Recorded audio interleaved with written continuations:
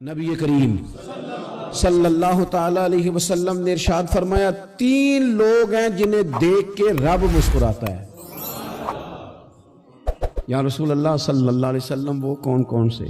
تو محبوب فرمانے لگے ایک وہ بندہ ساری مخلوق سوئی ہے، آدھی رات ہے، رات کا پچھلا پہر ہے، اس نے اٹھ کے وضو کر لیا، مصلی پہ کھڑا ہو گیا خدا کی یاد میں، فرمایا اسے دیکھ کے رب مسکراتا ہے جو اس کی شان کے لائق ہے۔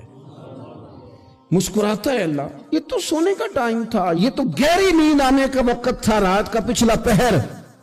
رات پوے تے بے درداں نو نیند پیاری آوے تے درد منداں نو یاد سجن دی ستیاں وی آن جگاوے، اور ساون کی کالی راتوں میں جب بوندا باندی ہوتی ہے، وہ راتوں کو اٹھ اٹھ روتے ہیں جب خلقت ساری سوتی ہے، اللہ مسکراتا ہے۔ اور سننا میرے بھائی، میرے نبی پاک صلی اللہ تعالی علیہ وسلم فرماتے ہیں جب مسلمان نماز کے لیے صفیں بناتے ہیں نا، ترتیب لگ رہی ہوتی ہے، اب اللہ کی بارگاہ میں کھڑے ہوں گے، قیام کریں گے، رکوع کریں گے، سجود کریں گے، فرمایا جب مومن صفیں بناتے ہیں تو رب دیکھ کے مسکراتا ہے، مسکراتا ہے۔ کمال ہو گئے عروج بندگی کا، جب بندے کو دیکھ کے رب مسکرائے، خدا بندے سے خود پوچھے بتا تیری رضا کیا ہے، مسکراتا ہے۔ اور میرے نبی پاک علیہ السلام فرماتے ہیں جب مجاہد جہاد کے لیے صفیں سیدھی کرتے ہیں، آج تو یہ رب کے نام پہ مرنے ہی آ گئے، یہ صفوں میں کھڑے ہوں گے، ترتیب سے لڑیں گے، ترتیب سے گلا کاٹیں گے کافروں کا یا شہادت لیں گے۔ فرمایا جب جہاد کے لوگ صفیں بناتے ہیں تو رب انہیں دیکھ کے مسکراتا ہے۔ کتنے نصیبوں والا وہ بندہ ہے جسے دیکھ کے مسکرا دیا۔ او یار، کبھی تیرا بیٹا تیرے سامنے مسکرائے نا چھوٹا تو تیرا دل باغ باغ ہو جاتا ہے۔ تیری ماں بیمار کسی ایک دن صحیح طرح ہنس پڑے تو طبیعت خوش ہو جاتی۔ مجھے بتاؤ نا جس کا رب بھی اسے دیکھ کے ہنس پڑے، جو اس کی شان کے لائق ہے، کیا اس بندے کے نصیبیں ہیں، کیا اس کے مقدر ہیں۔ آپ اس مقام پر اپنے آپ کو لائیں۔ اب دیکھیں نا، یہ حدیث آپ نے سن لی، اب ہم نے نا اس طرح صفحے نہیں بنانے جس طرح ساری دنیا، اب ذرا صفحے بھی شوق سے بنائیں گے، اب ذرا تھوڑا سا شوق پیدا کریں گے، بھئی یہ تو میں وہ کام کرنے لگا ہوں جسے دیکھ کے رب مسکراتا ہے۔ نبی پاک صلی اللہ علیہ وسلم نے فرمایا جب کوئی بندہ توبہ کرتا ہے نا، ہم توبہ کا رٹا لگاتے ہیں، یا اللہ میری توبہ، یا اللہ۔ اور توبہ کا تو مطلب یہ ہے کہ پچھلے گناہوں سے پکی توبہ، آج کے بعد یہ غلطی نہ کرنے کا پکا وعدہ۔ تو نے ساری شب برات رو کے گزاری ہے، بتا سویرے جھوٹ جوڑنے کا ارادہ ہے تیرا، آج کے بعد رشوت تو نہیں نہ لے گا، ملاوٹ تو نہیں نہ کرے گا، یہ توبہ ہے۔ اور اگر سارے کام اسی طرح کرنے تو پھر یہ توبہ کا رٹا ہے، جتنا مرضی لگاؤ۔ حضرت علی بن ربیعہ رضی اللہ تعالیٰ عنہ فرماتے ہیں میں مولا علی کے ساتھ تھا، مقام حرہ کی طرف جا رہے تھے، حضرت علی نے ہاتھ اٹھا کے دعا مانگی ہماری تعلیم کے لیے، ورنہ حضرت علی ہم صحابہ کو محفوظ عن الخطا تو مانتے ہیں نا۔ ہاتھ اٹھا کے کہا اے اللہ ہمارے گناہ بخش دے، تیرے علاوہ کوئی معاف کرنے والا نہیں۔ اور پھر حضرت علی آسمان کی طرف دیکھا اور دیکھ کے نا حضرت علی بن ربیعہ کو تو مسکرائے۔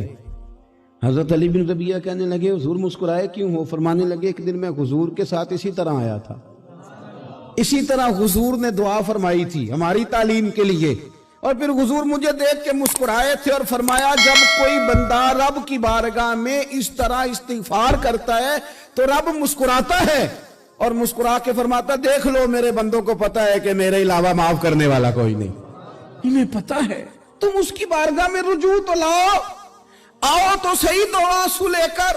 اقبال کہتے ہیں کہ موتی سمجھ کے شان کریمی نے چن لیا، قطرے دو گرے میرے ار کے انفال کے، 2 میں نے آنسو بہائے تھے تو اس کے کرم نے تو موتی سمجھ کے چن لیا۔ سنو نا حضور اس استغفار کو، اللہ کو یار رات کو توبہ کر کے سونا چاہیے ہمیں۔ کچھ غلطیاں ہم کرنا نہیں چاہتے پر ہم سے ہو جاتی ہیں، کچھ دل ہم توڑنا نہیں چاہتے پر وہ ٹوٹ جاتے ہیں، ہماری مجبوری ہوتی ہے ٹوٹ جاتے ہیں۔ رات کو اس کی بارگاہ میں ہاتھ باندھ کے کشکول طلب دراز کر کے خوب استغفار پڑھنا چاہیے کہ مالک بندے ہیں نا کیا کریں، نفس کا ساتھ ہے، دنیا کا ساتھ ہے، خواہشات نفسانیہ، مالک معاف کر دے، درد سے توبہ، رسم نہ ہو، کہانی نہ ہو،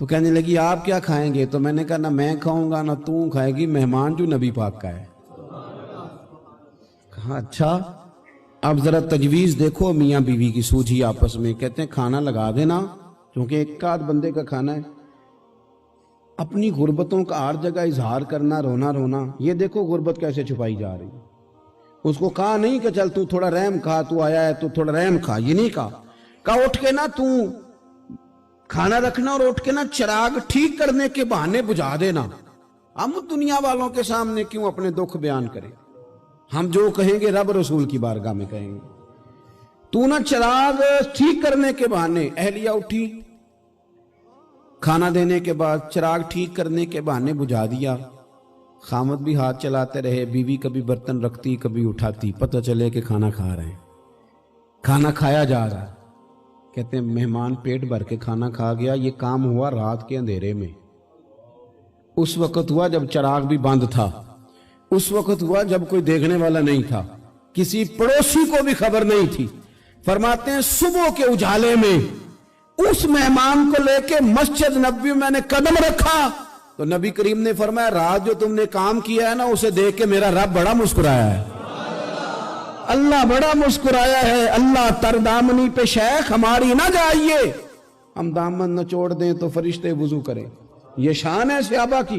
نبی کریم علیہ السلام نے فرمایا رب رات مسکرایا تیرا یہ انداز دیکھ کے، اور اس نے قرآن نازل کیا وَيُبْصِرُونَ عَلَىٰ أَنفُسِهِمْ وَلَوْ كَانَ بِهِمْ خَصَاصَةٌ۔ کچھ لوگ وہ ہیں جنہیں بڑی بھی ضرورت ہو تو دوسروں پر اثار کر دیتے ہیں۔